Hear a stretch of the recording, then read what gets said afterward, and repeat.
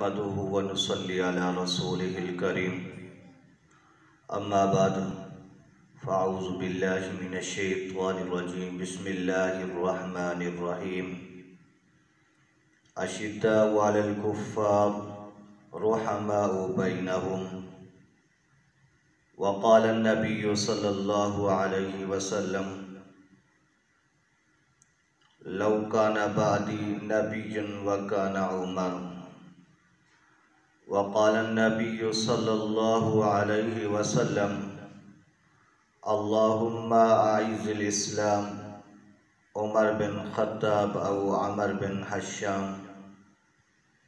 सदक़ल्लाहु मौलानल अलियुल अज़ीम व सदक़ रसूलुहुन नबियुल करीम व नहनु अला ज़ालिका लमिनश शाहिदीन व शाकिरीन वल्हम्दुलिल्लाहि रब्बिल आलमीन। मेरे सामीन, ये महीना मुहर्रमुल हराम का शुरू हो चुका है। ज़ुल्हज का महीना ख़त्म, मुहर्रमुल हराम का महीना शुरू। इस्लामी साल का अव्वल महीना जो मुहर्रम से शुरू होता है और इस्लामी साल का इख्तिताम ज़ुल्हज पर होता है। मुहर्रम से इब्तिदा और ज़ुल्हज की इंतहा। इस्लाम की इब्तिदा भी कुर्बानी और इंतहा भी कुर्बानियाँ। गोया कि इस्लाम हमसे कुर्बानियाँ मांगता है दीन के लिए।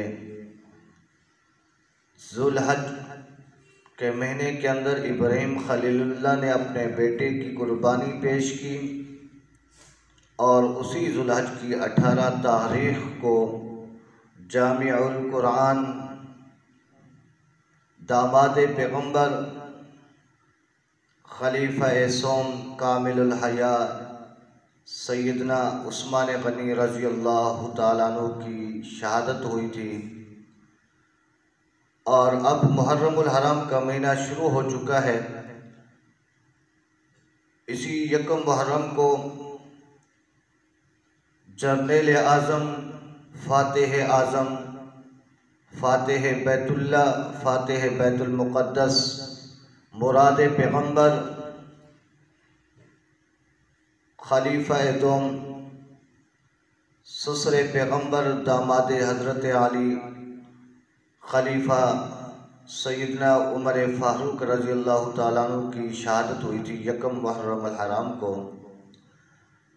और इसी मुहर्रमुल हराम की 10 तारीख़ को पैगम्बर के नवासे, जन्नत के नौजवानों के सरदार सैयदना हज़रत हुसैन रज़ी अल्लाह तआला अन्हु की शहादत हुई थी। यकम मुहर्रम को पैगम्बर के ससुर अली के दामाद हज़रत उमर फ़ारूक रज़ी अल्लाह तआला अन्हु की शहादत हुई थी। वो उमर के जिसके बारे में अल्लाह के महबूब ने फरमाया कि लौ काना बादी नबियुन व काना उमर, अगर मेरे बाद कोई नबी होता तो वो उमर होता।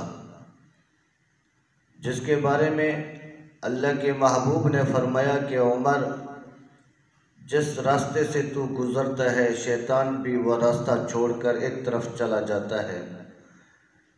जिस जगह पे उमर का नाम लिया जाए या उमर गुज़रे, शैतान भी वह रास्ता छोड़ जाता है। उमर के आने से पहले इबादत छुप कर, जब उमर इस्लाम में दाखिल हुए तो इबादत सरेआम।